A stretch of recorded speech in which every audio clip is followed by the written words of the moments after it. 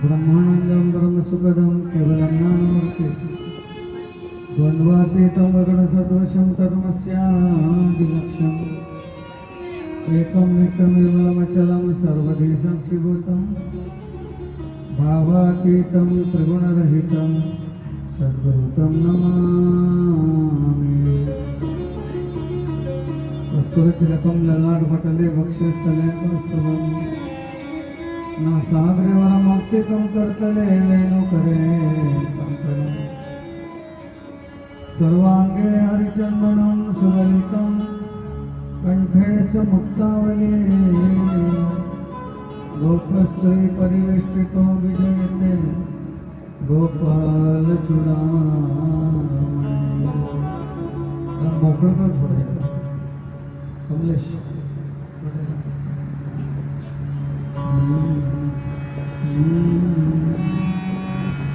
भजमन राधे गोविंदा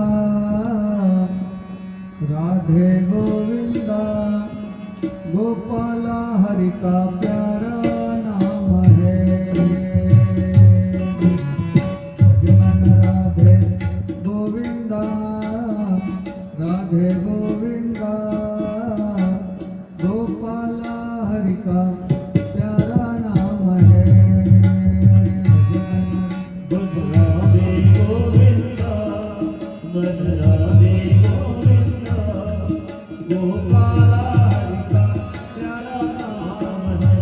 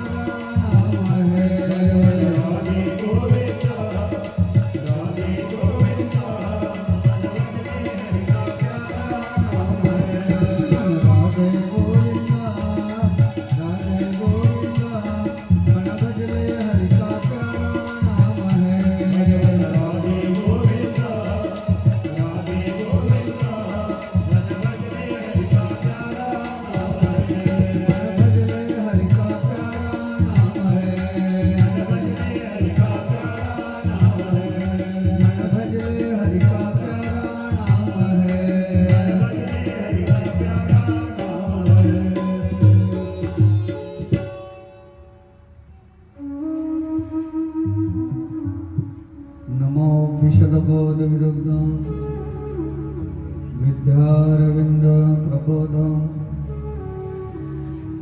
पराप्रमेय प्रमद विलासिया नमो संसारतम सूर्य अप्रतिमा परमवीर्य तरुणातर तुर्य लालन लीला नमो जगदखिल पालन मंगळमणी विधान स्वजन वण चंदन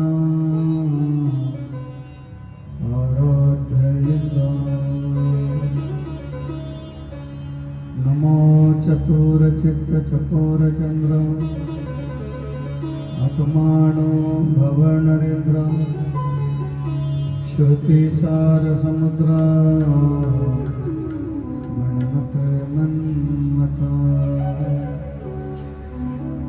नमो स्वभाव भजन भजन भवे भकुंभ भंजन विश्वोद्भव भुवन श्री गुरुराय विश्वोद्भव भुवन श्री गुरुराय विश्वोद्भव भुवन श्री गुरुराय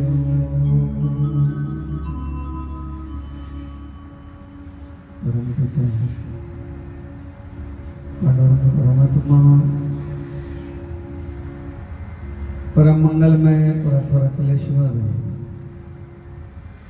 कारण करुणा वर्णालय भक्तवंचित कल्पतरू श्री तड़िद्युत विनंदी पीतांबरधारी कृपासिंधु भगवान श्री कृष्ण उमापति भगवान महादेव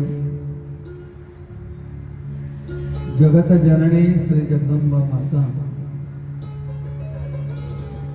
मर्यादा पुरुषोत्तम प्रभु राजा रामचंद्र भगवान पवनसूत श्री हनुमंतराया ज्ञानियांचे राजे श्री संत ज्ञानेश्वर महाराज जगद्गुरु श्री संत तुकाराम महाराज यांच्या पावन सानिध्यामध्ये व आपण सर्व महानुभावांच्या पावन उपस्थितीमध्ये या कथेच्या मुख्य यजमान आमच्या भगिनी श्रीमती ललिताताई दिलीपरावजी घाटोळे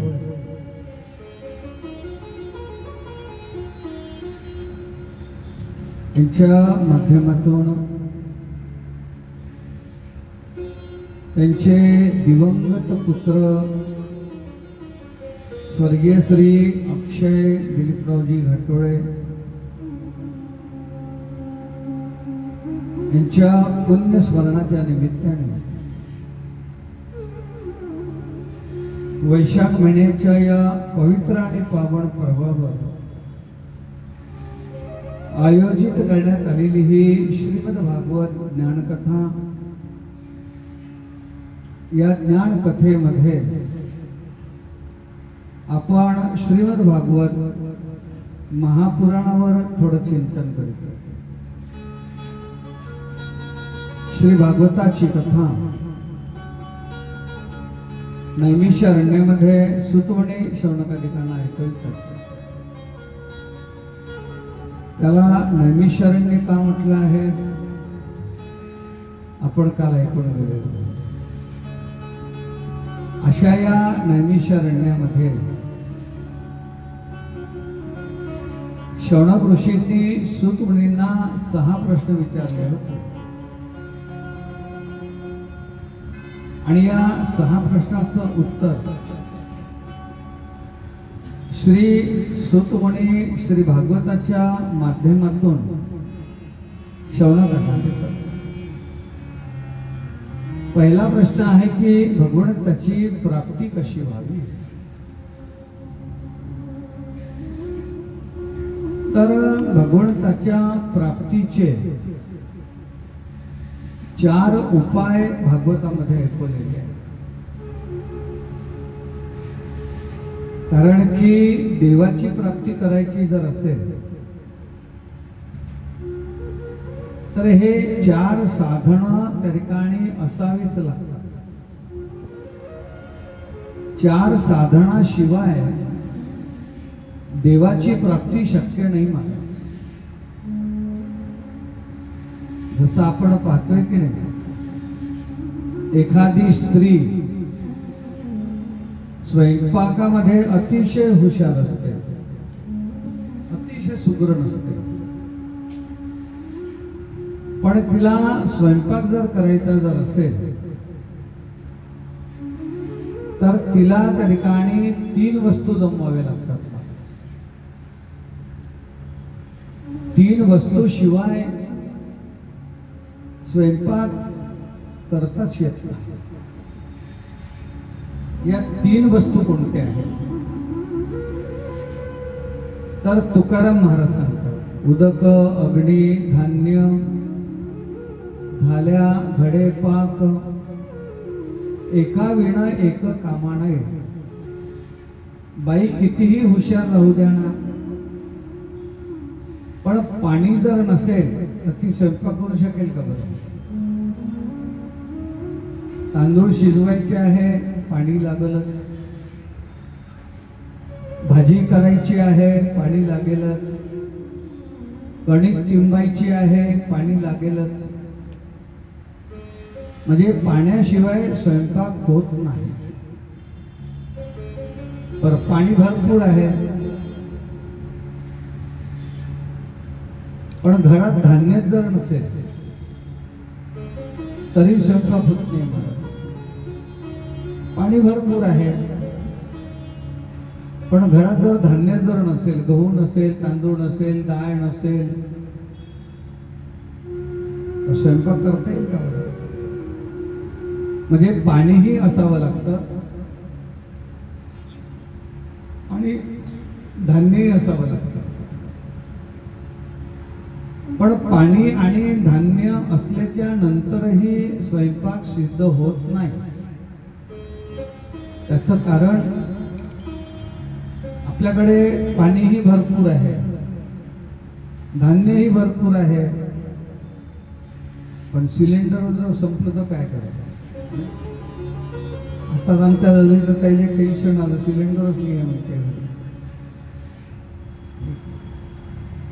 आता सिलेंडरच जर संपलं समजा तर स्वयंपाक कसा करतील. चहा मांडायचा असला चहा कसा मांडतील. सकाळचा नाश्ता करायचा असला तर तो नाश्ता कसा करतील. म्हणजे अग्नीही पाहिजे ना, म्हणजे पाणीही पाहिजे, धान्यही पाहिजे आणि अग्नीही पाहिजे. या 3 वस्तू जेव्हा मिळतात तेव्हा त्या ठिकाणी स्वयंपाक करता येतात. यापैकी एक वस्तू जरी कमी असली तरी स्वयंपाक होत नाही. तसं भगवंताची प्राप्ती जर करायची जर असेल तर 4 वस्तू त्या ठिकाणी 4 साधनं आपल्याला जमवावी लागतात. 4 साधनं कोणती तर पहिलं साधन आहे भक्ती. भगवंताची प्राप्ती ही भक्तीशिवाय करता येत नाही.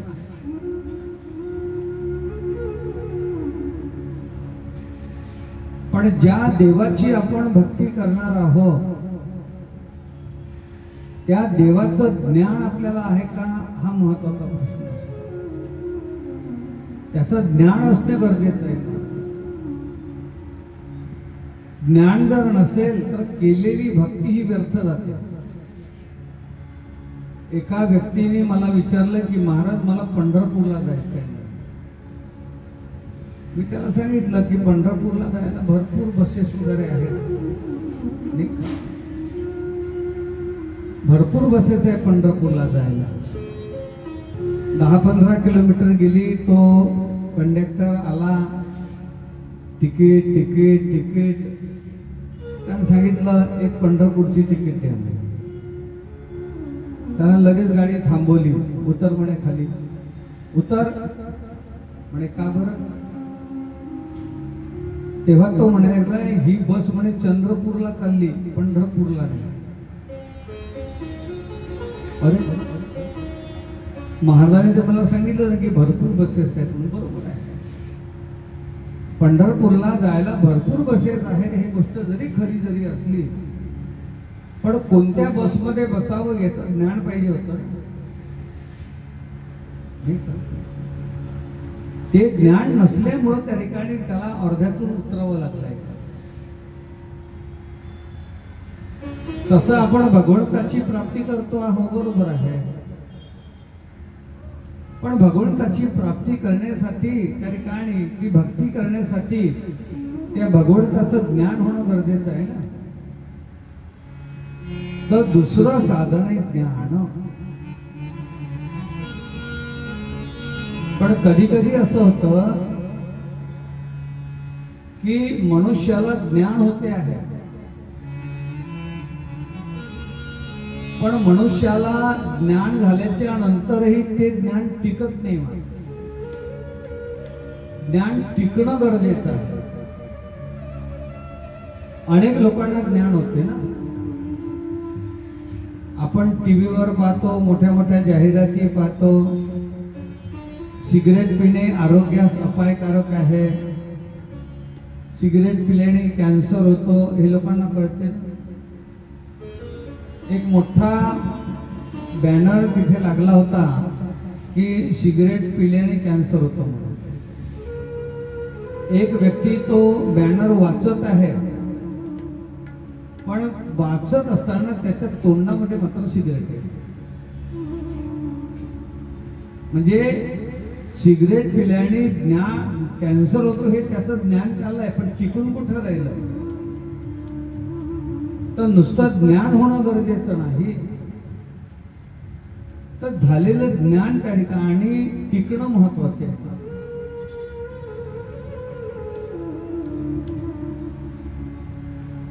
एकतर पहिले ज्ञान होतच नाही. ज्ञान होणं फार कठीण आहे. कुणालाही ज्ञान होतं का? जसं पुन्हा एक उदाहरण दिलं जातं. आपल्याकडे एखादा पाहुणा जर आला, जरा आण बरं गाईचं दूध, आण बरं गाय दूध, चालला गाय. आण बरं म्हशीचं दूध, चालला म्हैस दोहाले. उंटणीचं दूध तेही भेटल, गधीचं दूध तेही भेटल, बकरीचं दूध तेही भेटते. पण असं कधी झालंय का, जा बरं रे जंगलात आणि एखादी वाघिणांबरोबर जाऊन वाघिणीचं दूध भेटते का? मागे वाघिणीचं दूध मिळत नाही बरं का.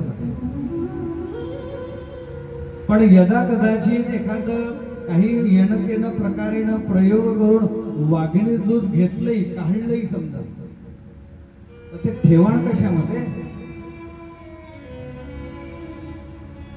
कारण असं म्हणतात की वाघिणीचं दूध हे स्टीलच्या भांड्यात टिकत नाही.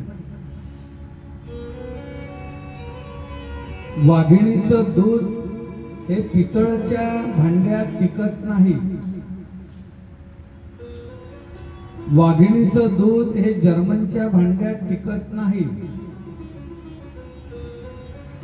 वाघिणीचं दूध जर ठेवायचं असेल तर भांड सोन्याचं पाहिजे. सोन्याच्या भांड्यातच वाघिणीचं दूध टिकते आहे. एकतर पहिले वाघिणीचं दूध मिळतच नाही, आणि यदा कदाचित मिळालंही तर भांड सोन्याचं पाहिजे. तसं ज्ञान होतच नाही. पण कदाचित तुम्हा आम्हाला ज्ञान झालंही ते हे ज्ञान टिकवण्यासाठी तुमच्या आमच्याकडे कशाची गरज आहे? तर ज्ञान टिकवण्यासाठी जसं वाघिणीचं दूध ठेवण्यासाठी सोन्याचं भांड पाहिजे, तसं ज्ञानरूपी दूध टिकवायचं जर असेल तर भांड त्या ठिकाणी वैराग्याचं पाहिजे. वैराग्याशिवाय त्या ठिकाणी ज्ञान टिकत नाही. कधी कधी आपण पाहतो ना, वैराग्य होणे, वैराग्य होणे, वैराग्य होणे. वैराग्य होणं एवढं काही सोपं आहे का? लोक म्हणतात त्यांना वैराग्य झालं म्हणून, पण ते वैफल्य असते, ते नैराश्य असते. आपण त्याला वैराग्य हे नाव देतो. मागे एकदा आमची पंढरपूरला कथा होती बघा. आणि पंढरपूरला जेव्हा कथा होती तेव्हा एका व्यक्तीकडे मी गेलो. चला म्हटलं आता पंढरपूरला कथा आहे, यांनाही आपण सोबत घेऊन जावं म्हणून त्यांच्याकडे गेलो. तर त्यांची जी बायको आहे ती मला मिळाली. त्यांना म्हटलं मी आई कुठे गेले गुरुजी? तर त्याला तर वैराग्य झालं नाही म्हणे. अरे बापा, झालं का म्हणे त्याला वैराग्य? हो झालं म्हणे. ते गेले म्हणे पंढरपूरला. छान झालं पण आम्हाला नाही झालं म्हटलं अजून वैराग्य. आणि भविष्यामध्ये वैराग्य होईल याची काही गॅरंटी नाही. पण अनायशा आता गुरुजीला त्या ठिकाणी वैराग्य झाला आहे ना. मी पंढरपूरला चाललोय म्हटलं. तर पंढरपूरला गेल्यानंतर त्या ठिकाणी गुरुजीची आणि माझी भेट होईल. तर जेव्हा आम्ही तिथे गेलो तेव्हा त्यांनाही कळालं तिथे की बा कथा आहे म्हणून. नागपूरकर मठामध्ये कथा होती, पहिली कथा. तर त्या ठिकाणी ते आले बरं. त्यांना जेव्हा कळलं की बा इथे कथा आहेत, ते आले माझ्या भेटीला. म्हटलं गुरुजी मी तुमच्या घरी गेलो होतो, पण आईने सांगितलं म्हटलं की तुम्हाला वैराग्य झालं. हो म्हणे माझं मला वैराग्य झालं म्हणे. म्हटलं आता एकच काम करा, 8 दिवस आम्ही इथं राहतोय ना, तर रोज म्हटलं आमच्या सोबतच जेवण करत जा. सकाळ संध्याकाळ इथे जेवण करायचं, नाश्ता करायचा, चहा घ्यायचा, इथेच राहा म्हटलं मुक्काम आहे. ठीक आहे म्हणून ते तिथे राहायला लागले. मग दुपारचं जेवण वगैरे झालं की मग पान वगैरे खायला आम्ही बसायचं. सहज मग त्याच्यात चर्चा निघाली. तर ते मला बोलले, महाराज असं आहे म्हणे, जेव्हा म्हणे मी ड्युटीवर होतो, नोकरीवर होते, तर फुल पेमेंट राहायचा म्हणे मला.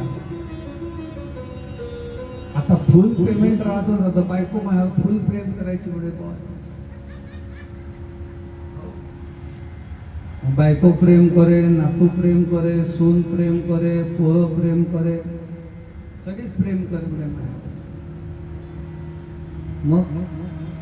मग म्हणे मी रिटायर झालो तर हाफ पेमेंट झालं म्हणे. तर पेमेंट हाफ झाला तर बायकोचं प्रेम बी हाफच झालं की म्हणे. आणि ही गोष्ट खरी आहे. नवरा जर ऑफिसमध्ये जर जाणारा जर असेल आणि त्यानं का जर बायकोले जर म्हटलं का बा तू एक कप चहा मान बरं, मला लवकर ऑफिसला जायचं आहे, तर 10 कामं सोडून बायको पहिले चहा मांडते, काही ऑफिसला जात. पण तोच नवरा रिटायरमेंट जर झाला आणि आता जर त्यानं जर म्हटलं चहा मांडत, तेच बायको म्हणजे आता कुठं चालली का? नाही ना, बसा चुपचाप तिथं, एवढी सिरियल संपू द्या मग चहा. आणि एवढी जर घाई असेल तर चहा मांडा तुम्ही, एक नाही 2 कप मांडा म्हणता. फार चांगलं सूत्र आहे. फुल पेमेंट फुल लव, हाफ पेमेंट हाफ लव, नो पेमेंट मग तो विचारूच नका. तर ते म्हणायला लागले माझं असंच झालं म्हणे महाराज. आता बायको प्रेम करत नाही, पोरं प्रेम करत नाही, नातू प्रेम करत नाही, सून प्रेम करत नाही. मी कंटाळलो म्हणे आता. आणि मी पंढरपूरला आलो. म्हटलं झालं गुरुजी आटोपलं. तुम्हाला वैराग्य नाही झालं, तुम्हाला वैफल्य झालेलं आहे. बायको जेव्हा प्रेम करत होती, नातू जेव्हा प्रेम करत होता, सून जेव्हा प्रेम करत होती, तेव्हा तुम्हाला घर नाही सोडूशा वाटलं ना. आता हे सगळे विरोधात गेले म्हणून तुम्ही पंढरपुरात आलेले.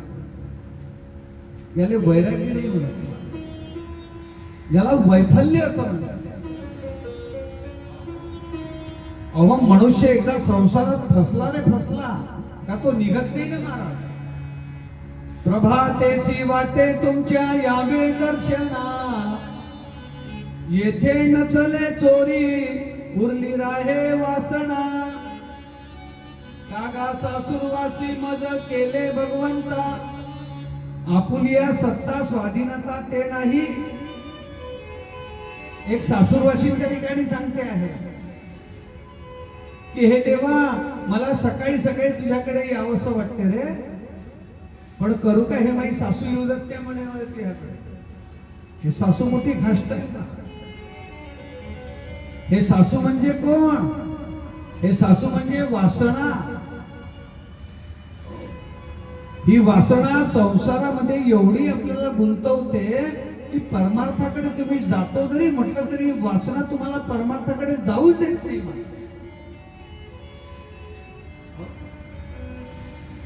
आमचे दरवर्षी त्या ठिकाणी भागवत होतात ना. आमच्या बनाईत काही माझे ज्या ज्या ठिकाणी भागवत झाले त्या ठिकाणी येतात बरं. आळंदीला होत्या, कामाख्याला होत्या, नैमिषारण्यात होत्या, आता बद्रीनाथलाही आहे. माझी पहिली कथा जेव्हा शुक्तारला होती, आमचा एक मित्र होता बरं का वामन नावाचा.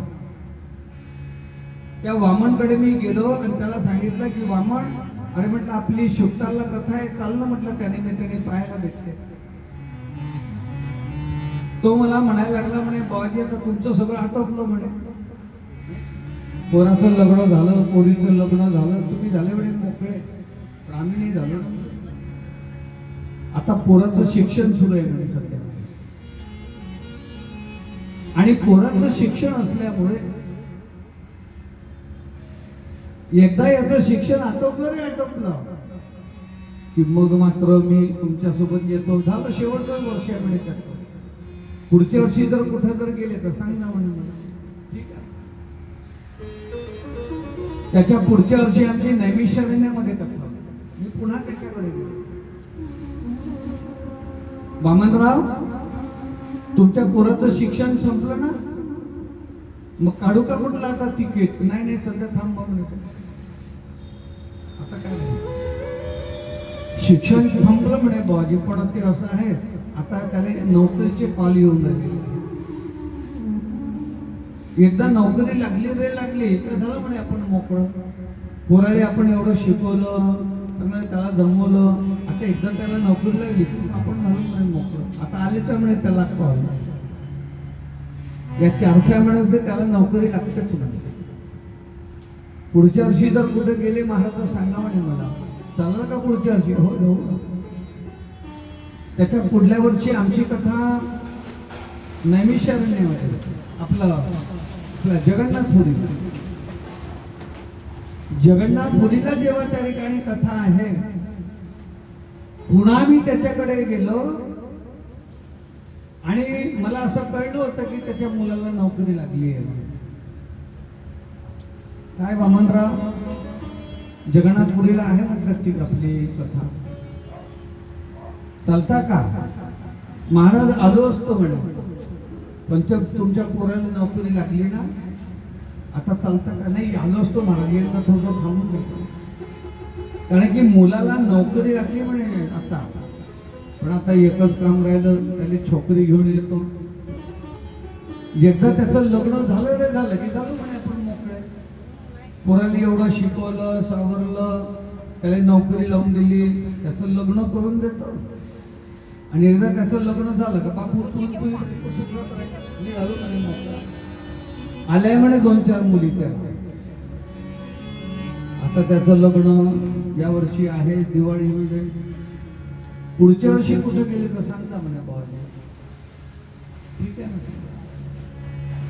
त्याच्या पुढच्या वर्षी जेव्हा आमची कथा द्वारकेला होती, पुन्हा मी त्याच्याकडे गेलो.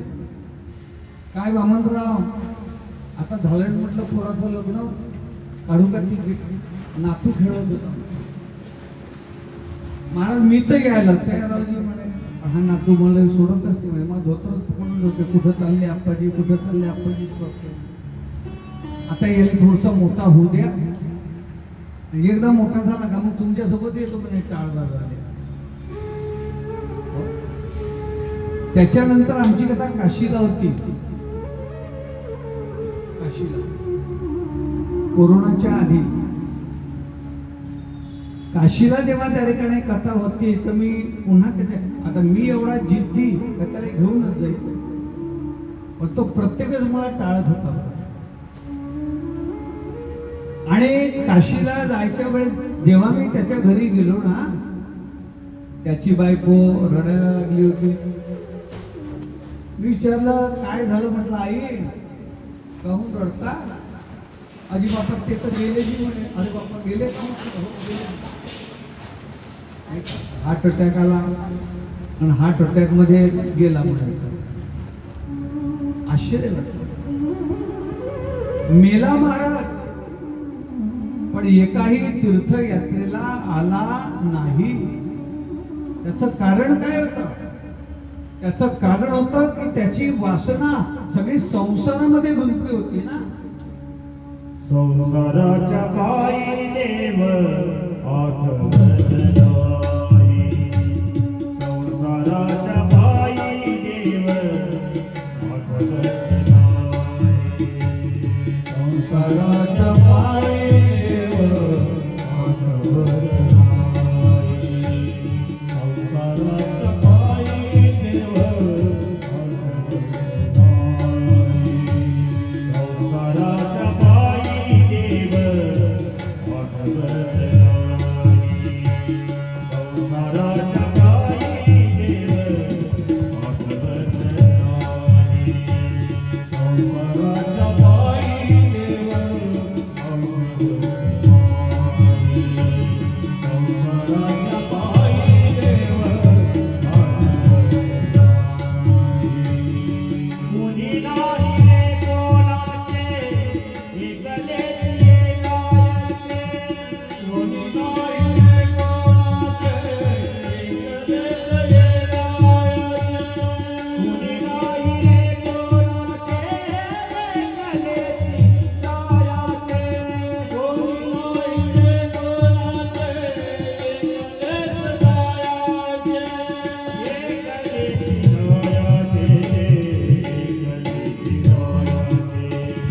संसाराच्या पायी देव आठवत नाही.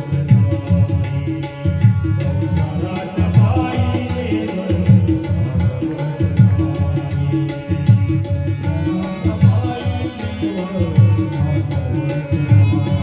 नाही. संसाराच्या पायी देव आठवत नाही. तुका माने बोलू काही देवावर सत्ता नाही. तुका माने बोलू काही देवावर सत्ता नाही. हरी बाबा म्हणे हरी हरी बाबा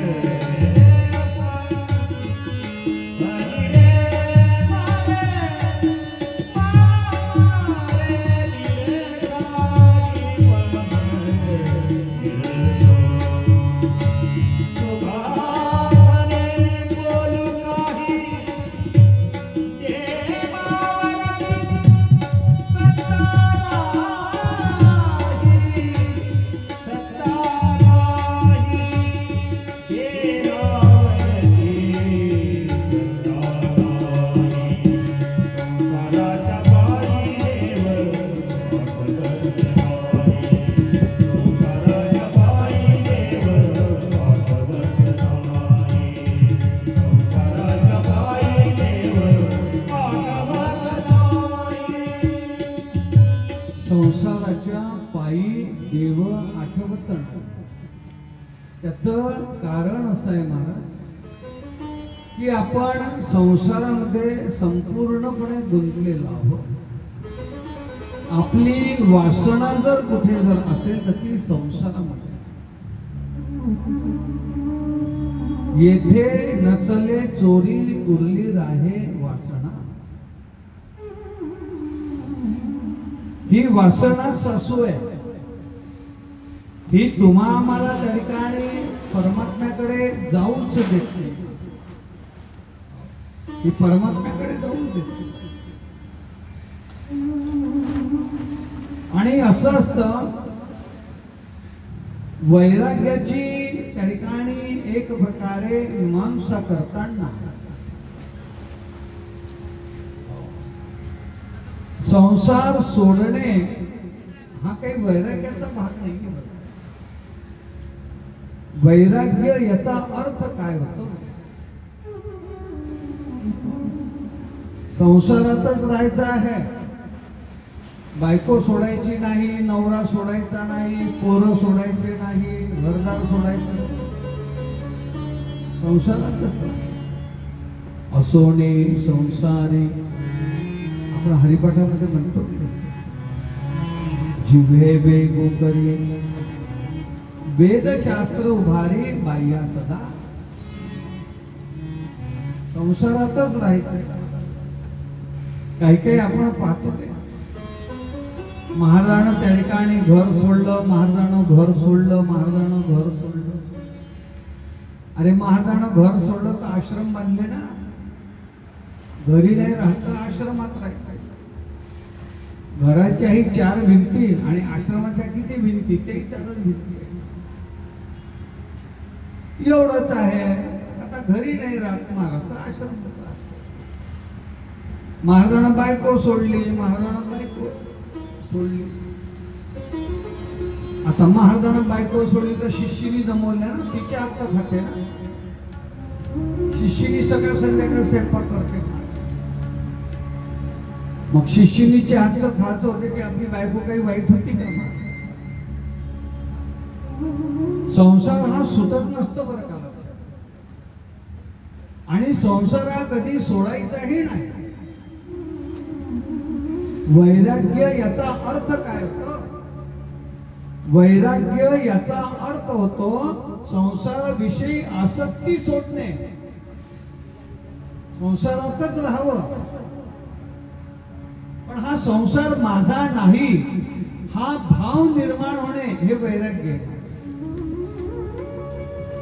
जसं आपण पाहतोय की नाही, शहरामध्ये त्या ठिकाणी दोघेही नवरा बायको दोघेही ऑफिसला जातात. बायको ही ड्युटीवर जाते, नवराही ड्युटीवर जातो. मग त्यांचं जे लहानसं बाळ असते ते लहान बाळ कोण सांभाळते? तर ते लहान बाळ सांभाळायला त्या ठिकाणी ती एक दाई ठेवतात.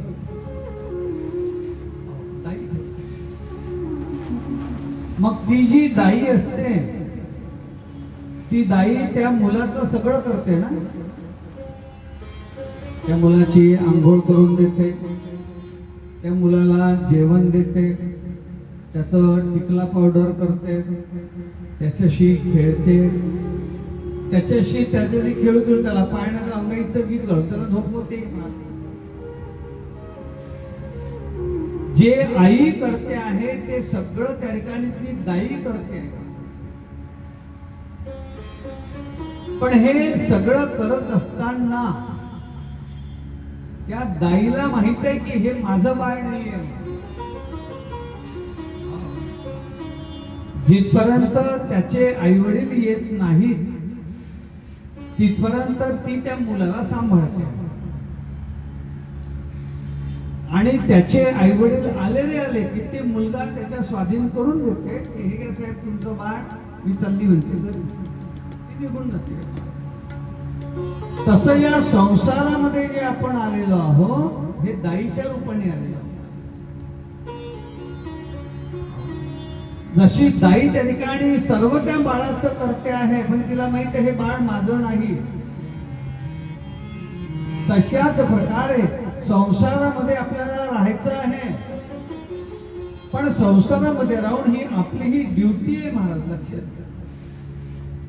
आपण कोणाची तरी पत्नी आहो, कोणीतरी आपला पती आहे, हे आपले मुलं आहे, हा आपला भाऊ आहे, हा आपला नातू आहे, हा आपला जावाई आहे, हा आपला व्याही आहे, हे सगळे नातेगोते आपले आहेत.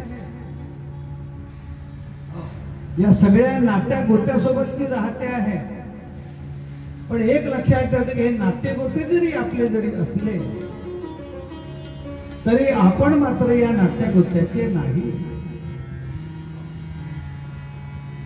पाण्यावर नाव असावी, लक्षात घ्या. पाण्यावर जर नाव जर असेल तर ती नाव त्या ठिकाणी आपल्याला तारते नाही. काळजी फक्त एवढीच घ्यावी लागते का त्या नावेमध्ये पाणी घुसू देऊ नये. आता आपण पाहिली की नाही 8 दिवसापूर्वी जबलपूरची घटना, जिथपर्यंत ती पाण्यावर नाव होती, क्रूज बोट होती, तिथपर्यंत त्याच्यामध्ये सगळे सुरक्षित होते महाराज. जिथपर्यंत ती पाण्यावर होती तिथपर्यंत सर्व सुरक्षित होते. आणि ज्यावेळेस त्या नावेमध्ये पाणी घुसलं तेव्हा मग मात्र ते नाव बुडाले आणि 8, 9, 10, 12, 13 लोक मेले. केव्हा मेले? जेव्हा त्या नावेमध्ये पाणी घुसलं आणि ते बुडली तेव्हा मेले. तसं संसारामध्ये मन असावं, सगळं आपलंच आहे महाराज, लक्षात. नवरा आपला, पोरं आपले, जाबाई आपले, मुलगी आपली, सासू आपली, सासरा आपला, सगळे आपलेच आहे. पण हे सगळे आपले असताना संसारामध्ये मन ठेवायचं, पण मनामध्ये मात्र संसार ठेवायचा नाही. जिथपर्यंत संसारामध्ये मन आहे तिथपर्यंत हा संसार आपल्याला तारतो. पण ज्यावेळेस मनामध्ये संसार घुसल तेव्हा हे मन बिघडल्या जाईल आणि मग मात्र आपल्याला कोणीही वाचवू शकत नाही. मग आपण मोहामध्ये गुंततो आहोत. संसारी असावे असोनी नसावे, संसारी असावे असोनी नसावे,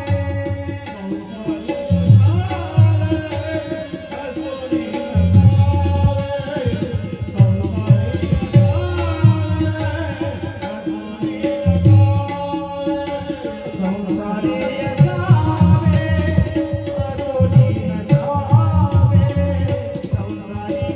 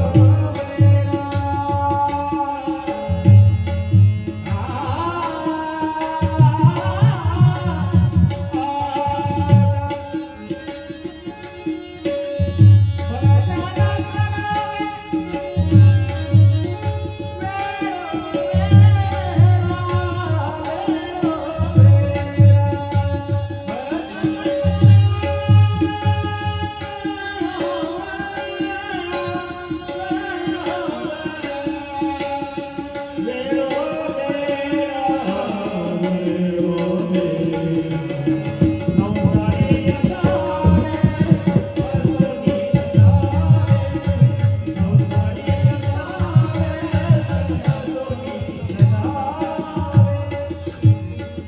संसारी असावे असोनी नसावे, भजन करावे वेळोवेळा, याला म्हणतात वैराग्य.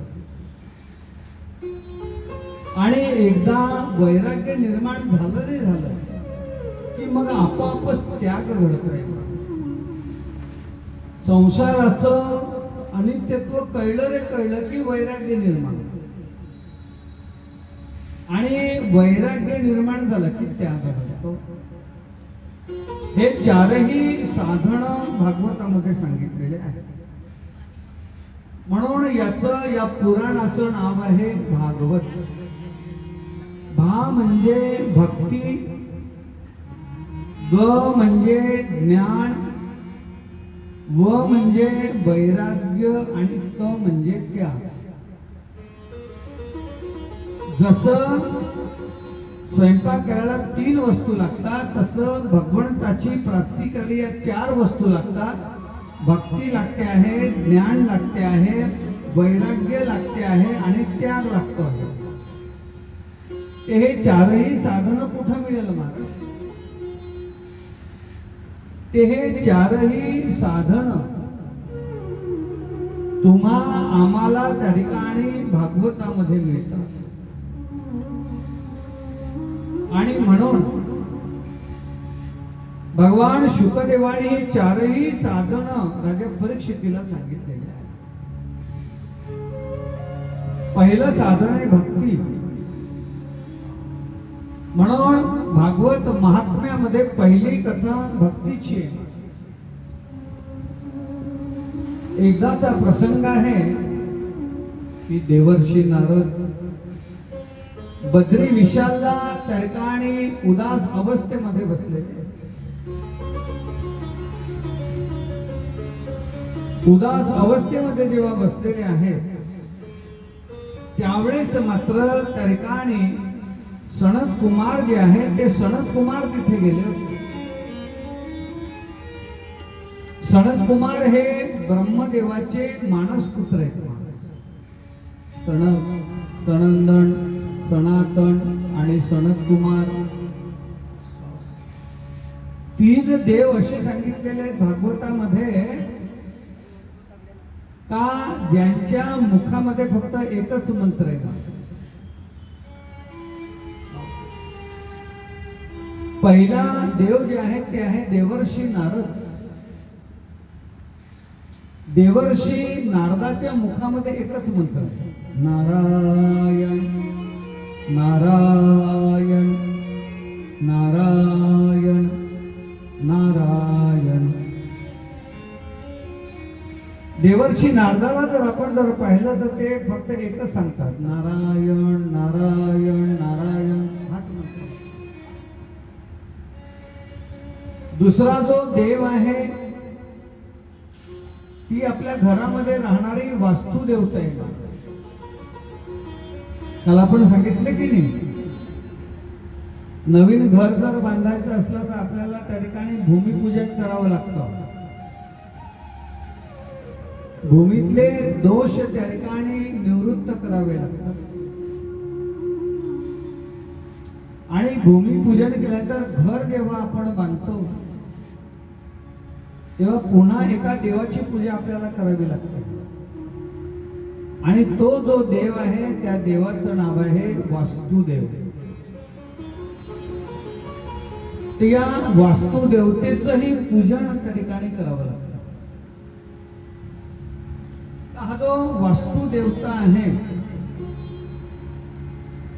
या वास्तुदेवतेच्या मुखामध्ये एकच मंत्र आहे महाराज, तथास्तु तथास्तु तथास्तु. तथास्तु याचा अर्थ आहे तथ अधिक असतो,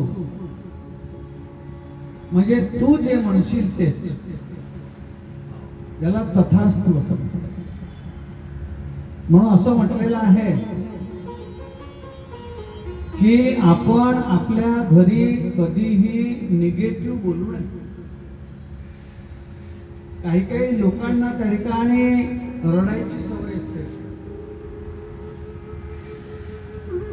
रडायची जेव्हा सवय असते, असं नाही महाराज तसं करावं लागते, महाराज असं करावं लागते, महाराज तसं करावं लागते महाराज. जेव्हा आम्ही आपल्या घरी रडतो ना तेव्हा ती वास्तुदेवता तुम्हाला तथास्तु म्हणते. बस तू रडते ना, मग रडत होत.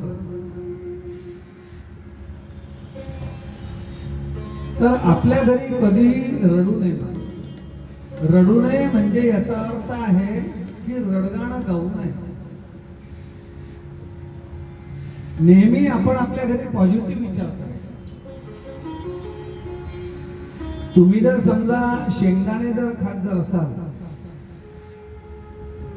आणि एखाद्याने जर तुम्हाला विचारलं अहो तुम्ही काय खात आहात, तर त्याला सांगायचं त्या ठिकाणी की आम्ही काजू खातो. तर ती वास्तुदेवता तुम्हाला तथास्तु म्हणते बरं का. आणि एक दिवस असा येतो का तुम्ही त्या ठिकाणी खरोखर काजूच खाता. घरामध्ये गेल्याच्या नंतर कधी निगेटिव्ह बोलू नका. तुम्हाला मी माझंच उदाहरण सांगतो. पूर्वी मी एका डॉक्टरकडे त्या ठिकाणी कंपाऊंडर म्हणून काम करायचं.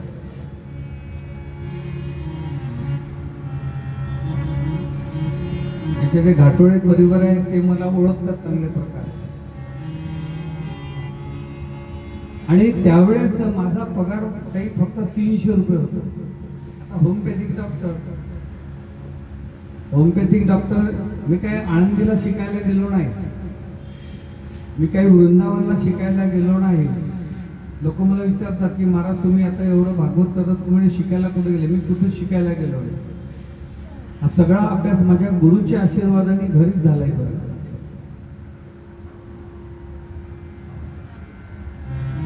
तर 300 रुपये पगार. पण जेव्हा मी घरी जायचा तेव्हा माझ्या मनामध्ये फक्त एकच विचार यायचा की आपण 3 मजली बिल्डिंग बांधू. आता ज्या माणसाचा 300 वरून तो 3000 पगार झाला शेवटपर्यंत. जेव्हा मी ती नोकरी सोडली 2009 मध्ये, तिथपर्यंत मी नोकरीही करायचा आणि भागवतही करायचा, कीर्तनही करायचं. आमच्या ताईला म्हणते हरिहर मंदिरमध्ये वगैरे शुक्रवारची माझी एक कीर्तन राहायचं. त्या घाटोळे ताई आले तर माझ्या कार्यक्रम आमच्या बनाईत ताई आल्या होत्या. आज माझी 3 मजली इमारत आहे. 3 मजली घर आहे. मग आता 3 मजली इमारत झाल्याच्या नंतर आता ही आमची कलाकार मंडळी आहे. ही कलाकार मंडळी मला म्हणाले की महाराज आता तुम्ही थोडेसे वजनात राहता. आता वजनात कसं राहावं? आता हे नवीन नवीन जे भागवतकार झालेले आहेत याच्या 2 वर्षाला 3 वर्षाला याच्या 4 व्हीलर गाड्या लागल्या महाराज यायच्या. ज्याला भागवतातला भाई नाही समजत तोही गाडीने फिरते बघा. तर तुम्ही एक 4 व्हीलर गाडी घ्या म्हणे. मी म्हटलं आता 4 व्हीलर जर गाडी घेतली तर मला दक्षिणा वाढवायला पाहिजे. आणि विचार आहे त्या गरीबातल्या गरीबाला जर भागवत जर करायचं असेल तर तो तेवढे पैसे कुठं देऊ शकेल? म्हटलं मी काही 4 व्हीलर घेतली बरं. पहिलं भागवत जेव्हा मी केलं तेव्हा मी सायकलवर जायचो. सायकल होती माझ्याजवळ. तर ते लोक मला म्हणायचे होते महाराज म्हणे तुम्ही एवढे भागवतकार आहात आणि तुम्ही सायकलवर येता हे बरं नाही वाटत म्हणे. मला लाज नाही वाटत, तुम्हाला कोण लाज वाटतो? मी सायकलवर येतो का विमानात येतो त्याच्याकडे तुम्ही पाहू नका. फक्त मी जेव्हा व्यासपीठावर बसतो आहो तर मी भागवत कशा प्रकारे सांगतात त्याच्याकडे लक्ष द्या. मी कशावर येतो हे विचारतो. तरी महाराज म्हणे थोडस प्रभाव विकत पडतो. ठीक आहे म्हटलं बा. मग लुणा विकत घेतली. लुणा मग लुणावर जायचं भागवत करायला. आता लुणावर जेव्हा भागवत करायला जाते बाई लोक बोलायचे मला ते महाराज तुम्ही ते लुणावरचे शोभत नाही म्हणत, आता मोठे मोठे महाराज बरं 4 चाकीवर येते असे येते तरी तुम्ही चांगले म्हणत लुणावरती थैली असतो. आता मी थैली समोर म्हटलं तसा विचार करू. त्याच्यानंतर मी हिरो होंडा घेतली. 2-3 वेळा मोठे हिरो होंडावरून पडलो खाली. मला काही जमली नाही गाडी, ते विकून टाकलं. मग आता घेतली ज्युपिटर. आता ज्युपिटर घेतो. आता ती ज्युपिटर बिघडली तर सापडे तुमच्या गाडीवर घेऊन चालत जा, मला घेऊन जात जा, घेऊन आणून देत जा. मला 3 मजली घर बांधील म्हटलं तर 3 मजली घर बांधले गेलं मला. पण ज्यावेळेस मी घरी जायचा आणि मला जेव्हा लोक म्हणायचे की महाराज तुम्ही 4 चाकी गाडी घ्या, तेव्हा मी म्हणायचा की नाही, मी 4 चाकी गाडी घेत नाही. अहो बर्डीवर जायचं तर 50 रुपयाचं पेट्रोल टाकायचं, बर्डीवर जाऊन यायचं. आज 4 चाकी घेते ते तर 500 रुपयाचं पेट्रोल टाकायला लागेल ना. आणि शेवटी त्याचं जे बर्डीवर गेल्या 50 रुपयाचं आता तर स्टार बसत जातो 6 रुपये. पण जेव्हा जेव्हा मी घरी गेलेलो आहो तेव्हा तेव्हा माझ्या मनामध्ये हाच विचार आला की मला 4 चाकी गाडी घ्यायची नाही. कदाचित त्या वास्तुदेवतेनं तथास्तु म्हटलं असेल महाराज. आजही माझ्याजवळ 4 चाकी गाडी नाही, कारण की माझे विचारच तसे होते. माझे विचार जेव्हा होते का बा 3 मजली घर बांधावं, तर 3 मजली घर बांधले गेले ना. मी जर कदाचित ते विचार जर ठेवले असते तर मग 4 चाकी गाडी घेतो तर ती होऊ शकली असती महाराज. पण घरची वास्तुदेवता त्या ठिकाणी तथास्तु म्हणते आहे ना, नाही झाली आणि होणारही नाही. तर निघून गेलं आयुष्य. आता पण याच्यातून एक मात्र शिकायचं आहे, निगेटिव्ह विचार ठेवायचेच नाही. कारण की आपल्या घरातली जी देवता आहे ती तुम्हाला नेहमी तथास्तु म्हणते. घरामधले विचार पॉझिटिव्ह ठेवा, मोठे स्वप्न पहा. वास्तुदेवतेच्या कृपेने तुमचे स्वप्न त्या ठिकाणी पूर्ण होतील.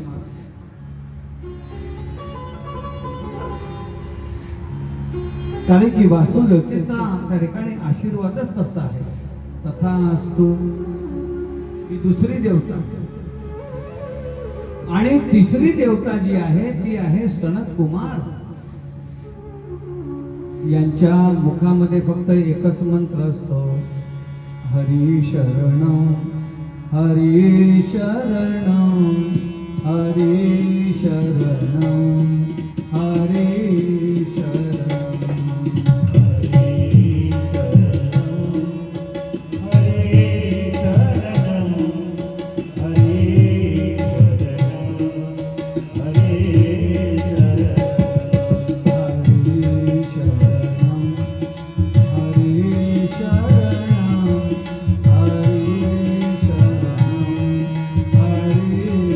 हरे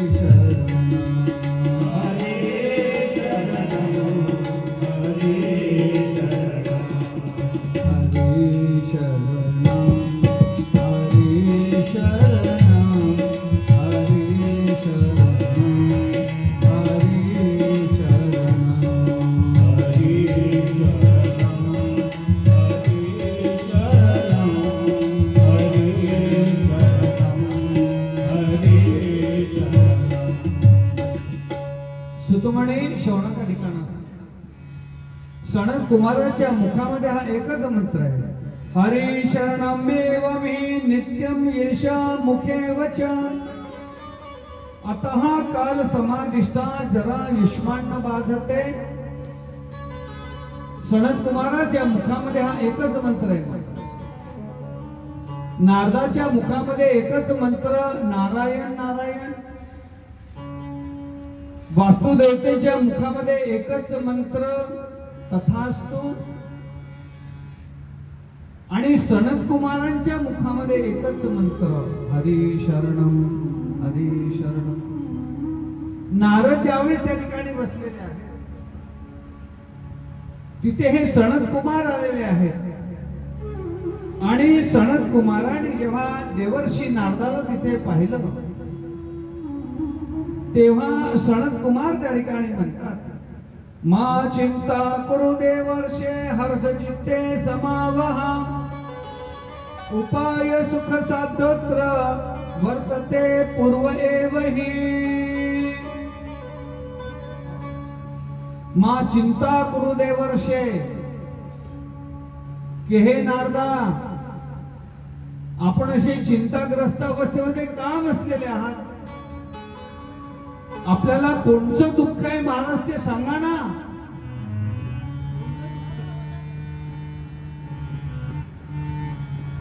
जीवनामध्ये आपल्या अनेकांच्या जीवनामध्ये दुःख येतात.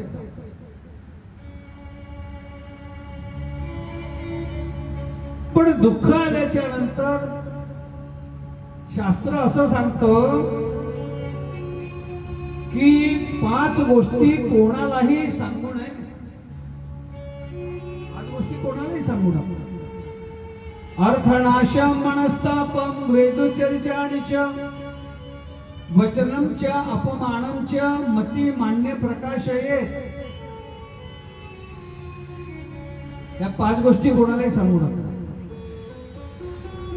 अर्थनाशम, आपलं आर्थिक नुकसान जर असेल तर कोणालाही सांगायचं नाही. आपण कधी कधी आपलं मन मोकळं करण्यासाठी सांगतो, काय सांगावं, अहो म्हणे माझे 50,000 चोरीला गेले. अरे वाईट झालं. पण ती बाई निघून गेली, हे टाळ्या वाजवते, मस्त झालं म्हणे. 50 नाही, चांगली 1,50,000 झाले पाहिजे. लोक अशी बोलतात, तोंडासमोर वेगळे बोलतात आणि माघारी वेगळे बोलतात. आपलं नुकसान झालंय ना, लोकांना सांगू नये. अर्थनाशम. दुसरं आहे मनस्तापम. जीवनामध्ये तुमच्या आमच्या कधी कधी मनस्ताप होतोय ना, होतात मनस्ताप. ते मनस्तापही कोणाला सांगू नये. आता मनस्तापासाठी मी त्या ठिकाणी सर्वात चांगलं उदाहरण सासूचं आणि सुनेचं देत असतो. कारण की सध्या जर वातावरण जर आपण जर पाहिलं तर मला हेच उदाहरण चांगलं वाटतं. आता काही काही लोक येतात विचारायला आमच्याकडे, महाराज ह्या पोराची पत्रिका पहा बरं, याची गुण किती जुळते, ही मुलीची पत्रिका, ही मुलाची पत्रिका. तर मला त्यांना हे सांगणं राहते का मुलाची आणि मुलीची पत्रिका नाही जुळली तरी चालते, सासूची सुनेची पत्रिका जुळली पाहिजे. महाराज ते पोरग तर बिचारा दोन्हीकडून, एकीकडून बायकोकडे एकीकडून माय पडतो. बायकोकडून बोलायला गेलो तर माय म्हणते बायकोचा भाड्या झाला, आणि मायकडून बोललं तर ते बायको देऊन मलेकडे आणलं, मायसोबतच राहायचं. ह्या अडकी त्या सुपारी सापडते. सासू जर समजा राक्षसगण असन आणि सून जर समजा देवगण असेल तर रोज भांडणं होते. प्रत्येकाच्या घरामध्ये भांडणं होतात.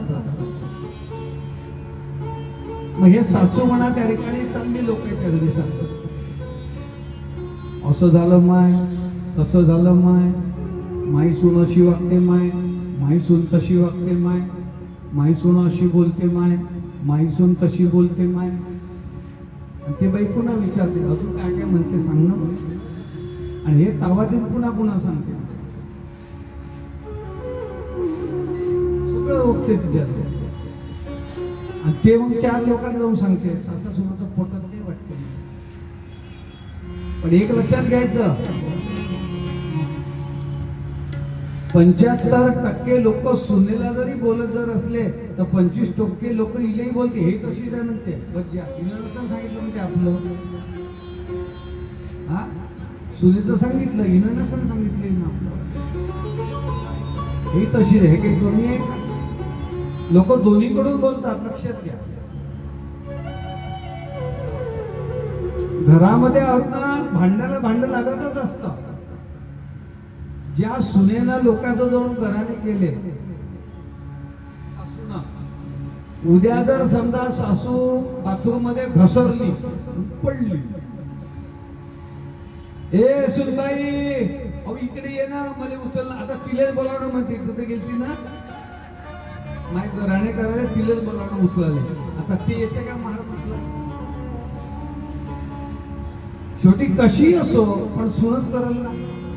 मग तिच्याच हातचं जर पाणी प्यायचं जर आहे तर तिच्याशी भांडण करून करतात. सासूनं सासू सारखं राहू नये, सासूनं आई सारखं राहावं. आणि सुनेनं सुनेसारखं राहू नये, तिनं मुलीसारखं राहावं. ज्या घरामध्ये सासू सुना मायलेकी सारख्या राहतात त्या घरामध्ये भांडण नाही होत. आणि सुनेनेही विचार करायचा काही एवढा साजरा नवरा मला सासू म्हणूनच मिळाला. माझ्या सासूनच मेहनत घेतली, त्याला शिकवलं, त्याच्यासाठी घर बांधून ठेवलं. एवढा साजरा नवरा मला भेटला, कोणामुळे भेटला बघ, तुला सासूमुळेच भेटला ना. सासूचे उपकार मानला.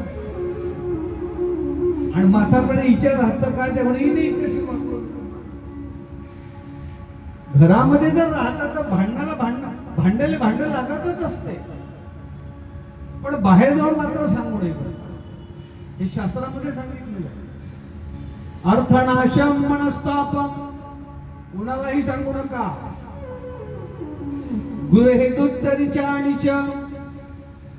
तिसरं सांगितलंय, आपल्या जवळची कोणचीही, आपला जवळचा कोणताही जवळचा जरी मित्र जरी असला तरी आपल्या बायकोचं चरित्र त्याला सांगू नये ना. पती पत्नी एकांतामध्ये राहतात ना, मग माझी बायको मला अशी बोलली, मी तिला तसा बोललो, ती मला अशी बोलली, मी तिला. ह्या एकांतातल्या गोष्टी एकांतातच ठेवायच्या असतात, या लोकांमध्ये सांगू नये. आणि बाईने सुद्धा किती जवळची मैत्रीण राहू द्या ना, तिनंही आपल्या नवऱ्याचे घराणे करू नये. एक वेळा मी अमरावतीला निघालो होतो बरं का कीर्तनाला. पहिले सांगितलं माझं काही गाडी नाही आहे, एसटी मध्ये बसून चाललो. आता एसटी मध्ये बसून चाललो तर मी त्या खिडकीपाशी बसलो. माझ्या बाजूला एक माणूस बसला, त्यावेळेस 3x2च्या सीटा होत्या. माझ्या बाजूने एक माणूस बसला आणि त्याच्या बाजूने एक बाई बसली. गाडी सुटली आणि गाडी जेव्हा सुटली तेव्हा आता बोलत बसले बिचारे दोघं जण. कुठे राहतात ताई? अमुक अमुक गावात. इकडे कुठे गेल्या त्या? इथं नोकरी करते म्हणजे. बरोबर. किती मुलं आहेत? 3 मुलं आहेत म्हणे मला. बरोबर. बरं तुमचे मिस्टर काय करतात? आता मिस्टर काय करतात म्हणते भडकली, त्याचं नावच नका घेऊ म्हणे. त्याच्यापैकी मी परेशान आहो. 3 लेकरं झाले म्हणे इथं, हा, आणि काही कामाचा नाही म्हणे तुझा नवरा मायाला. त्याच्यामुळे तुम्ही हा त्रास होऊन राहिला म्हणे. मी त्रासून गेले म्हणे त्याच्यापैकी. त्या माणसानं ऐकलं बरं का. आणि 5 मिनिटांनी तो त्या बाईला म्हणायला लागला, बाई असं करा ना, तुम्हाला जर पैशाची गरज असेल तर हा माझा नंबर लिहून घ्या म्हणे, मी तुम्हाला मदत करेल म्हणे पैशाची. ती बाई म्हणायला की ठीक आहे म्हणे भाऊ, घेईल म्हणे तुम्हाला. तिथून उठली आणि मागच्या सीटवर जाऊन बसली, कारण की ती तशी नव्हती महाराज. पण परका माणूस बसला असताना महानवरा महा काही कामाचा नाही त्याला सांगायची का गरज होती? जेव्हा माझा नवरा काही कामाचा नाही हे जेव्हा तू त्या परक्या माणसाला सांगते तेव्हा त्याची हिंमत झाली ना मोबाईल नंबर लिहून घे म्हणण्याची. काय गरज आहे मला? आपल्या स्त्रीचं चरित्र कोणालाही सांगू नये आणि आपल्या पतीचंही चरित्र कोणाला सांगायचं नाही. हे शास्त्र सांगते, हे सगळं शास्त्रामध्ये लिहिलेलं आहे. एवढंच आहे की आपण शास्त्र वाचत नाही म्हणून आपल्याला कळत नाही. तस्मात् शास्त्र प्रमाणम कार्य व्यवस्थितो ज्ञात्वा शास्त्र विधानोत्तम कर्म कर्तुमी अर्हसि. जे जे काही आपल्या भल्याचं आहे ते सगळं भल्याचं त्या ठिकाणी शास्त्रामध्ये सांगितलेलं आहे ना. अर्थनाशम मनस्तापम मृदुचर्य वचनम च अपमानम च. चौथं सांगितलं एखाद्याला आपण जर वचन जर दिलं असेल ते वचनही कोणाला सांगू नये. आणि पाचवं सांगितलेलं आहे आपला जर कोणी अपमान जर केला तर असेल तर आपला अपमानही कोणाला सांगू नका. या 5 गोष्टी कोणालाही सांगू नका. पण महाराज कुठेतरी सांगावं लागतं ना, कारण की कुठेतरी सांगितल्याशिवाय त्या ठिकाणी मन हलकं होत नाही. कुठेतरी सांगावंच लागतं. मग हे कुठं सांगावं? गुज बोलावे संतांशी, गुज बोलावे संतांशी, संतांकडे जावं आणि संतांना मात्र हे सांगावं. पण इथे पुन्हा गडबड होते मला. एक म्हण आहे बरं का, जिथं गेली लपाले तोच बसला कापाले.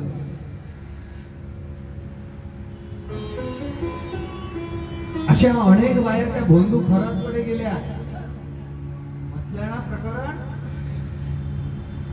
आणि बरबाद होऊन आल्या. मला आता हे संत म्हणावं की जंत म्हणावे? पण सांगावं संतांना, हे संत नाहीये. मग कोणते संत सांगायचं तर आहे. तर ज्या संतांना तुम्ही मानता त्या संतांना सांगा. तुम्ही गजानन महाराजाला जर मानत असाल तर जा शेगावला, गजानन महाराजाच्या समाधी समोर बसा, तिथे मनसोक्त रडा आणि सांगा तुमचं दुःखड त्या ठिकाणी गजानन महाराज. तुम्ही साईबाबाला जर मानत असाल तर साईबाबा जो बसा, तिथे रडा, साईबाबाला आपलं दुःख सांगा.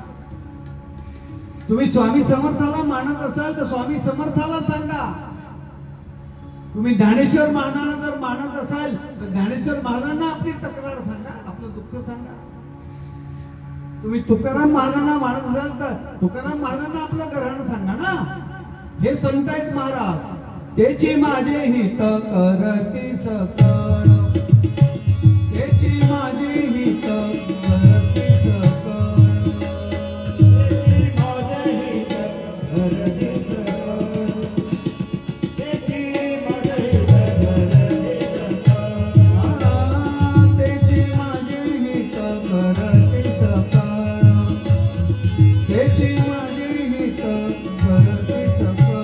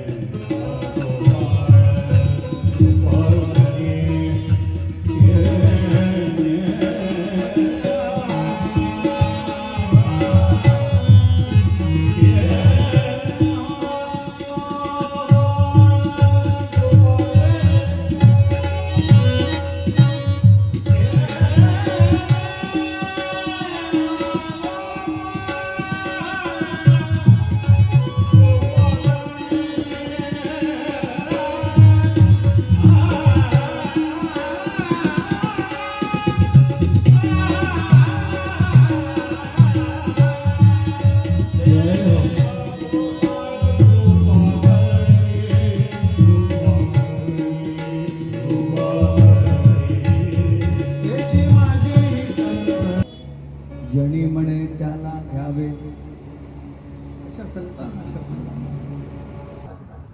गुज बोलावे संतांशी कुठेतरी त्या ठिकाणी सांगावंच लागतं मग नाही सांगितलं तर आतल्या आत त्या ठिकाणी स्फोट होईल ना